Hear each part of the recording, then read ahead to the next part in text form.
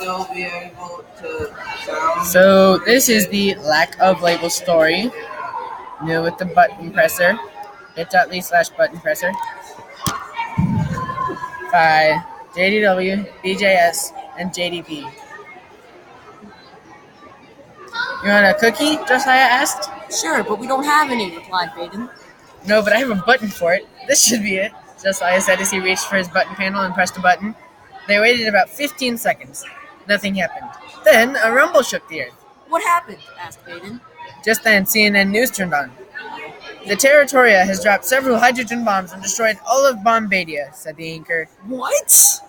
I really need to label these things, said Josiah. You think? Baden retorted. Garnova has declared war on Territoria, said the news anchor. Josiah, how many H-bombs do we have left? Asked Baden. 79, replied Josiah. We need to hit Tarnova. Josiah pressed a button, and a dispenser came out of his seat behind them and filled 2 cups with hot chocolate. Wrong one. Josiah pressed another button, and after a few seconds, a boom shook the ground. Did it hit? Let me check, said Josiah, while pulling up Google Earth. It hit, but our aim is terribly off. We took out 3/4 of Frostland instead, said Josiah. Frostland has declared war on Territoria, and thankfully their entire military was on Boxton, said the news anchor. Thankfully? How is that good? We missed? Well, then we'll sink Boxton. Okay, said Josiah, pressing another button. Boom! Is it gone? Yes, except for this rock. Wait. This is peanut butter. First off, that's gross. Second, we should try to hit Mountain now. Why? To scare Tarnova, of course. Oh, said Josiah while pressing another button. All of a sudden, a white dome rose out of the middle of the bus. Oops, I forgot we were parked on top of a missile silo. What? Why are we parked on top of a missile silo? Next time, let me drive. Said Baden. Well... Better question. Why do you have a missile silo in the middle of a parking lot?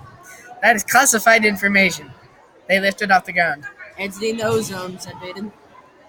Exosphere, atmosphere, gravitational pull. All of a sudden, Josiah saw a big black spot in space with no stars. What's that? Asked Baden. That? Well, that's a black hole, said Josiah. Can you turn us around? Asked Baden.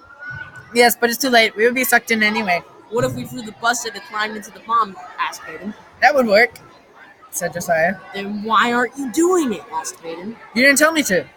Why do I have to tell you what to do if you have classified information? Asked Baden. Well, I'm telling you now. So do it. Josiah pressed a couple of buttons on his panel, and the bomb turned around. They climbed into the bomb and threw the bus into the black hole. They got out of the black hole, but on the way back to Earth, they accidentally lit the gas plants on fire and destroyed Pluto and the asteroid belt. Hey, look, we're gonna hit our target, said Josiah. Wait, won't that kill us too? Asked Baden. Yes. Then get us out. Okay, said Josiah as he pressed a button on his panel. A blue swirl appeared in the middle of the bomb. Oops, I turned it on, said Josiah as he pressed a couple more buttons.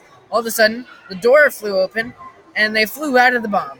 Josiah threw his ice ball, prototype weapon courtesy of at the ground, and made a slab of ice. He made another one, vertical this time, and they ended up standing on it.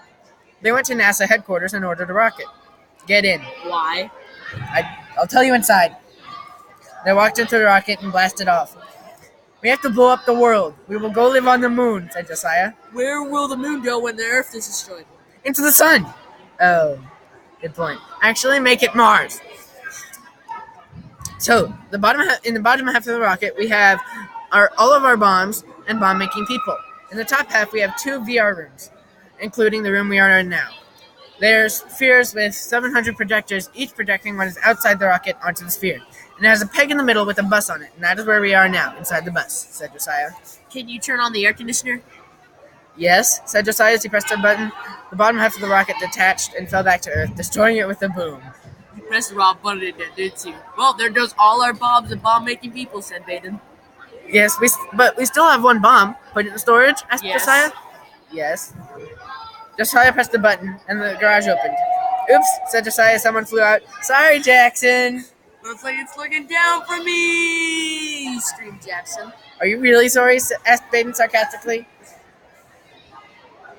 Josiah pressed another button, and the garage closed and the bomb went into cold storage. Baden pressed the button. Self-destruct in 15 minutes, said the rocket.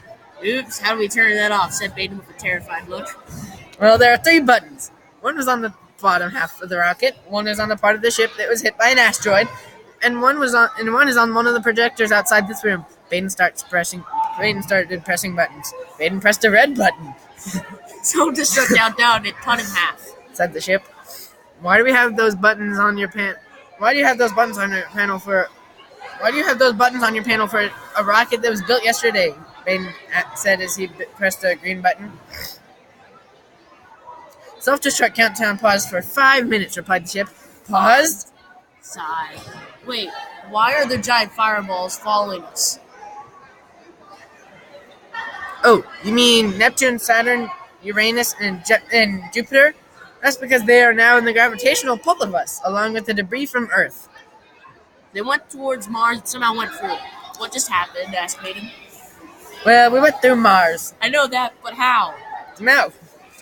Then they scheduled a course to go around the fireballs and to the only remaining part of Earth, the 8-foot in diameter core, now called I-foot. Wouldn't part of the ship melt?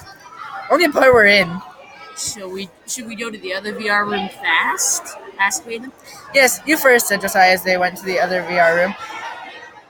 They made it around the fireballs and climbed into the bomb and rode towards Earth. Near the parachutes, we're going to turn the bomb towards the fireballs and jump, Josiah said as they did just that. They landed on the core with their titanium spacesuits and looked around. There was a chicken, a box of curly fries, a girl named Odelia, who claimed to be from Outland. Oops. A flamethrower, Josiah's makeshift flamethrower, some chapstick, an empty water bottle, 4 eggs, some wood, the gas makers, they make essential gases, a lighter, a bottle of shaving cream, and their glasses. After looking around, Odelia asked, "What happened?" said Jack. They looked up and saw Jackson falling out of the sky. Screamed Jackson as he hit the ground. Wham! Jackson screamed for the next few minutes before he realized he was on the ground. Who's he? asked Odelia. He fell out of the rock when Josiah accidentally opened the garage, explained Baden. I'm fine. Just a few bruises and a bit sunburned from flying fast in the sun without a spacesuit, said Jackson. A bit sunburned? Asked Baden, noted Jackson's smoldering skin. I've had worse, Jackson replied. When? asked Odelia. When I fell off that bridge. Oh, I remember that, Baden said. It took you 55 weeks to heal. It took you 385 days to heal after falling off a bridge? Well, there were sharks. What? Who are you people? Oh, an underwater landmine, said Jackson, annoyed Odelia's question. Yeah, that was a pretty bad year, said Josiah absently. Oh, wait, you forgot about the steamroller that knocked you off the bridge. Oh, yeah, Baden exclaimed, snickering. You should have seen the driver's face when he saw you fall off the bridge. Ah, good times. Anyways, how did you survive, Jackson? Why is there a drill falling? That's Jackson not even remotely close to an answer. No, really, why is there a drill falling down to the core? Jackson said while pointing at the sky. What are you talking about? Oh, my God! Incoming drill, stated Jackson calmly while running to the opposite side of the core. Odelia screams, wham! The drill impaled the core, missing Jackson's face by half an inch. Jackson, much to the other's surprise, burst out laughing. Jackson, asked Odelia, are you okay? I'm absolutely fine, replied Jackson, still giggling. I want to use this drill and drill into the core to see if the core is actually solid metal. Stop! exclaimed Josiah, pressing a button on his panel. I can control it with my panel. A few seconds later, the drill started moving forwards and drilled a hole through the core. Whoa, it's hollow. And look, there are symbols on the wall. I wonder what they are for.